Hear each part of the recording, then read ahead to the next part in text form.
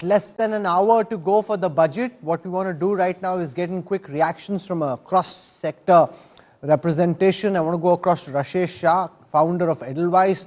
We've got Piruz Kambata joining us, group chairperson at Rasna.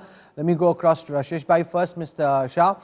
You know, from the perspective of financial services and the stock markets, you know, given the fact that the markets have moderated and come down over the last few weeks, you know, what are the cues you think investors would be looking out for, both retail and institutional, for the markets to gather some energy and go back to their highs?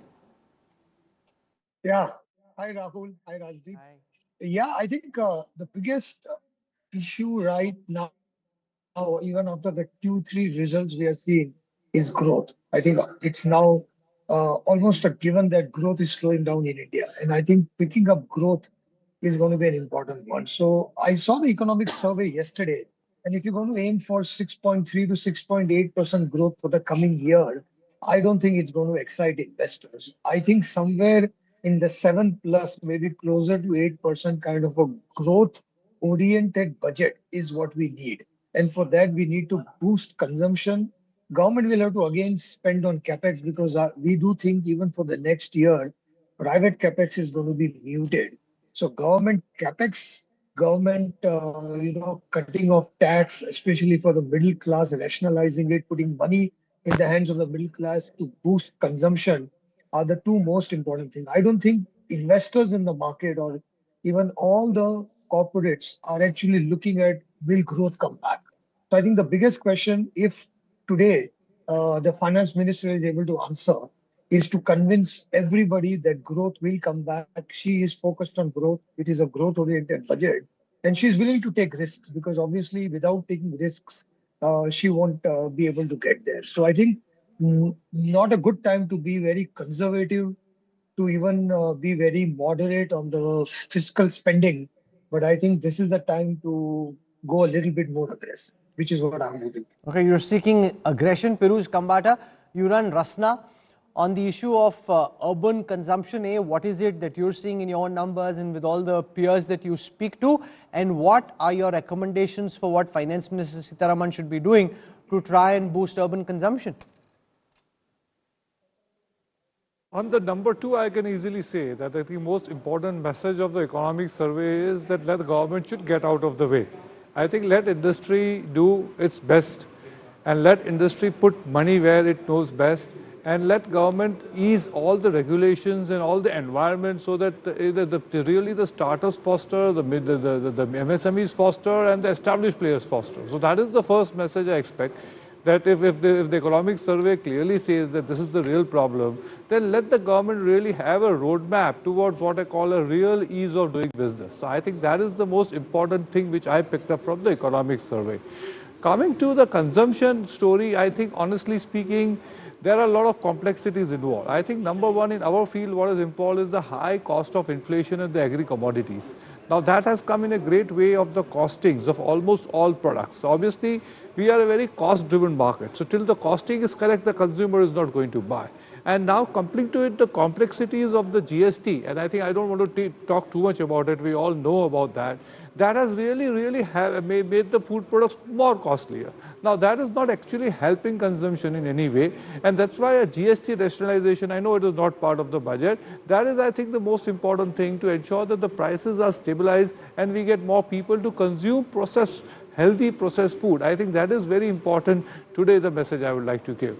On the rural side, I definitely believe there has been a stress. And we have seen areas where we have seen that the growth in some parts of the country, the growth is good. Some part of the country, the growth is very poor. And I think the government needs to put more efforts on agriculture infrastructure to ensure that there is more money in the hands of the rural man so that he can buy more and more goods. And that is definitely something which I like to see in the budget. Third, obviously, everybody is talking of more money in the hands of the middle class by ensuring that the tax slabs become less. And I think I'm always saying that the salary taxpayer is the most honest taxpayer. And I think time has come that we really increase the standard deduction and really reduce the taxes so that he can spend more. And I do expect this budget to really have some clear what I call benefits for the middle class. So that is my broad expectation from today's budget. Having said that, I think one more important thing for growth is the fact that we have to become a manufacturing destination for the world and make for the world. And I do expect some policy announcements to that also. Firuz Kambata, thank you for joining us. I know that you've got multiple things to do in that last 45 minutes. I won't hold you any longer. But if you look at a lot of the charts that we are putting out through the Budget Intelligence Dashboard, it suggests that a lot of the growth has plateaued, whether it's in, say, GST collections, whether it is in private investment. You know, that really, Rajdeep, is the enormity of the challenge. It's a very here and now, do or die kind of situation where, unlike earlier, where there was an anticipation that, okay, things will be much better in the future, now suddenly, and the C-voter data reflects that, people aren't so sure. People aren't so sure, but given the chief economic advisor's survey yesterday, there were hopeful signs. I mean, he was very clear that possibly the next 9 months could be better than the last 9 months have been.